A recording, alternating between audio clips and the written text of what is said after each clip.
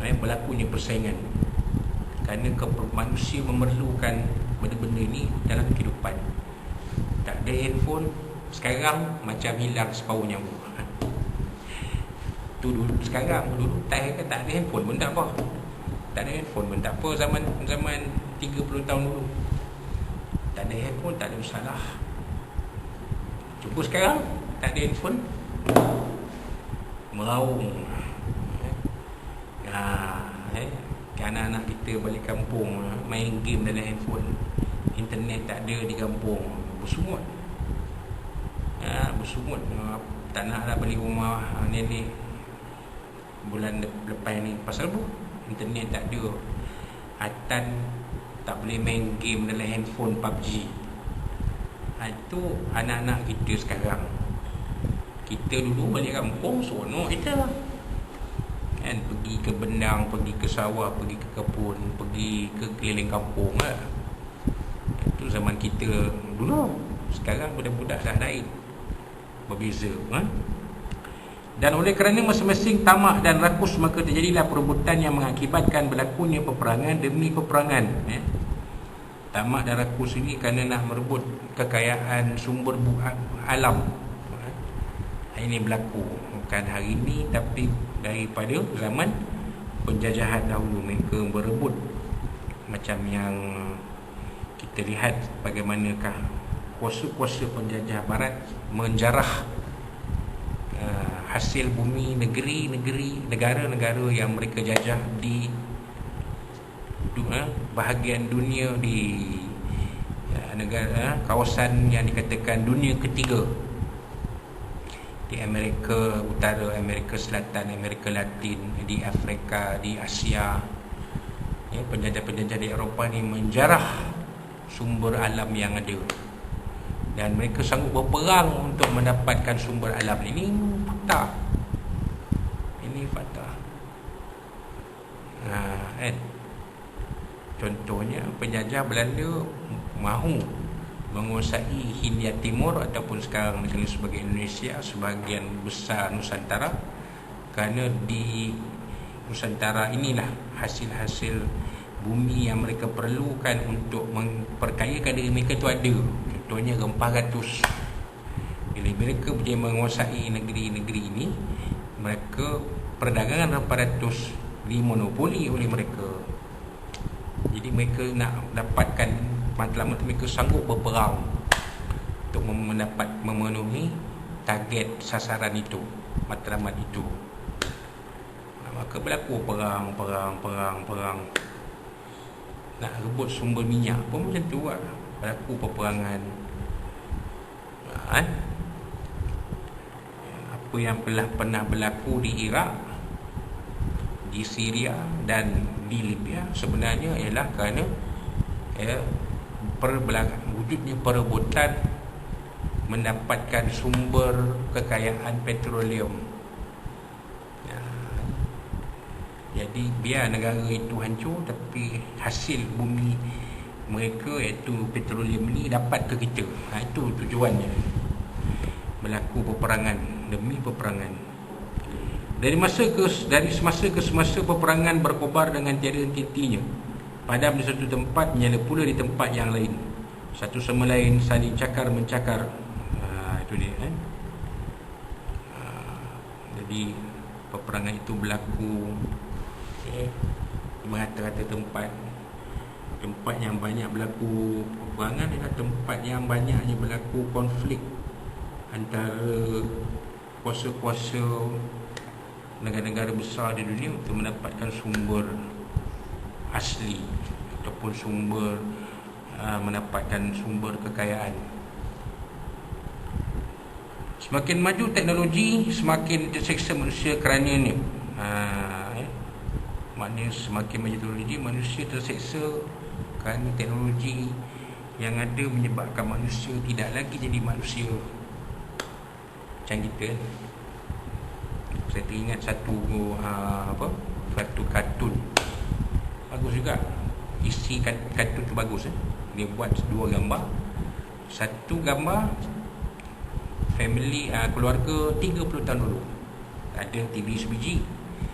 bila ada satu cerita yang bagus, semua anak beranak berkumpul di hadapan TV bersama-sama menonton siaran TV. Contohnya kalau dulu lah ada drama opah, ada drama komedi santan Belanda, ada rancangan-rancangan game seperti Mo Jutaria, Terteria, apa lagi, banyaklah cerita-cerita luar negeri seperti A-Team, Knight Rider dan yang lain-lain tu lah.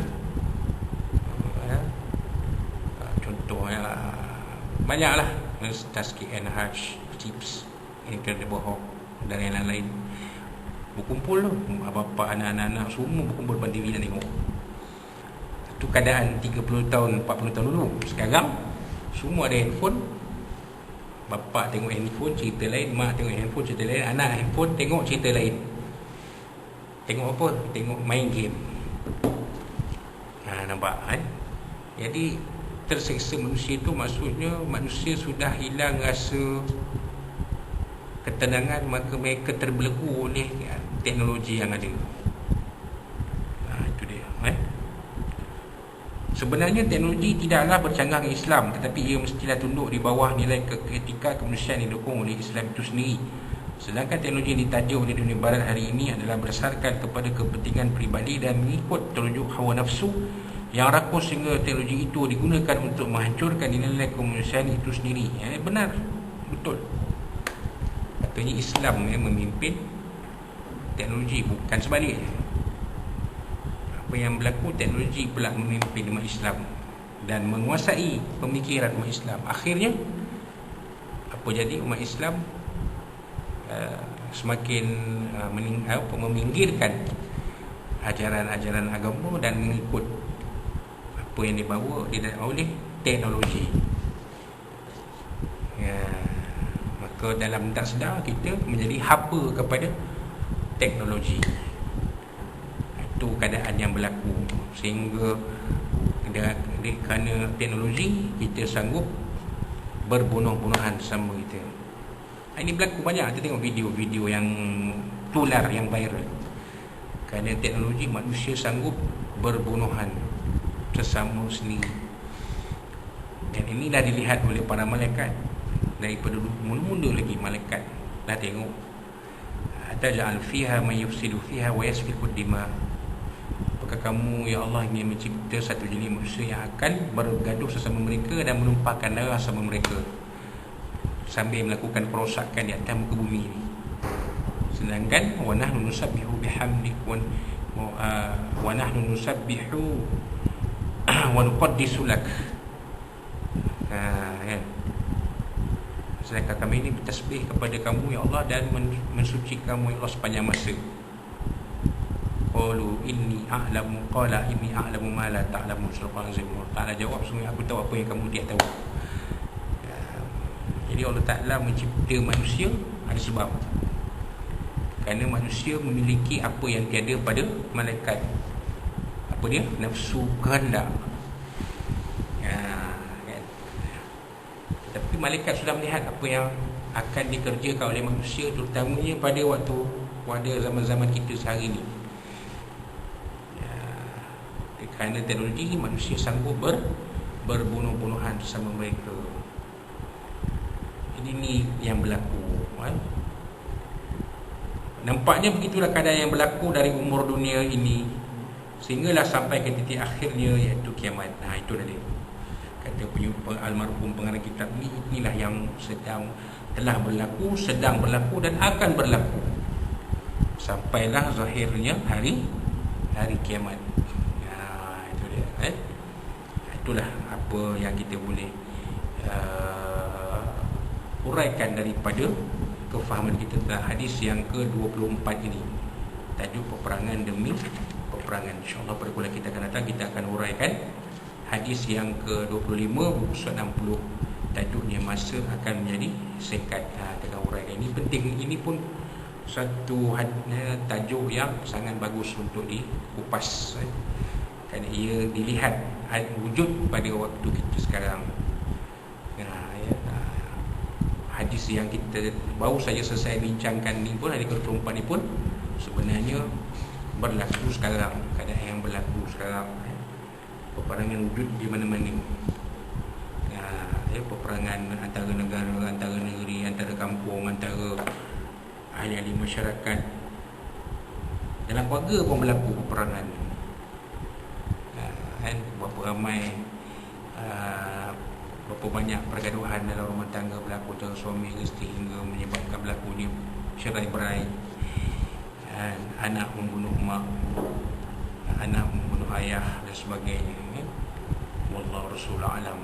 Dan kita mudah-mudahan Allah SWT melindungi kita daripada keadaan-keadaan yang negatif ini, dan membuka sebanyak-banyaknya ruang untuk kita memperbanyakkan amal soleh sebagai persediaan kita, bekalan kita untuk kita bawa bertemu Allah SWT nanti di padang mahsyar pada hari kiamat, insya-Allah. Jadi itulah sikit sebanyak apa kita boleh kongsikan pada malam ini untuk manfaat kita bersama, dijadikan panduan kepada kita bagi bahagia, dirahmati, diridai dan dirahmati Allah SWT, dan dia kita bersama yang kita akan bagi dunia sampai akhirat. Dan kalau ada apa-apa sampaikan ini kita kasar bahasa telah dibaca semua makna Allah SWT dan Nabi SAW dari tuan-tuan dan puan sekalian, wallahu a'lam bishawab. Kita tangguhkan pula kita malam ini dengan tasbih kafarah sebagai ustaz. A'udzubillahi minasyaitonir rajim. Bismillahirrahmanirrahim. Alhamdulillahirabbil alamin wa bihi nasta'in wassalatu wassalamu ala asyrafil anbiya'i wa sayyidina maulana Muhammadin rasulillah. Allahumma arham jama'ana hadzal munatafarrin barikatul ma'sumah. Allahumma ij'alna kafirin wa ri'adana wa na'udzubika min syururihim. Allahumma baddid syamlahum wa farik jamhum masyattid kama ta'azazil agam muslimin kilabi. Ya Qahhar ya Jabbar ya Mutaqim ya Allah ya Allah ya Allah. Allahumma anzil kitab wa anbiya sama sama ahzab ahzib wa rasulullah fa syarahum rahmin. Rabbana zidna muzaffam ya akramakum rabbana atina fid dunya hasanah wa fil akhirati hasanah wa qina adzabannar. Rabbana 'alaika tawakkalna wa ilaika al-masir. Rabbana taqabbal minna du'ana wa majlisna wa limanna wa liqana wa amalan fadilatil mubarakah min syarri bil akhir bar innaka as-sami'ul 'alim. Wa tub lana ya maulana anta tawwabun lana fiha asma'ul wa tatuna fiha salam wa akhiru da'wana alhamdulillahi rabbil alamin. Taqabbalallahu minna minkum taqabbal billahi taufiq. Wassalamu alaikum warahmatullahi wabarakatuh.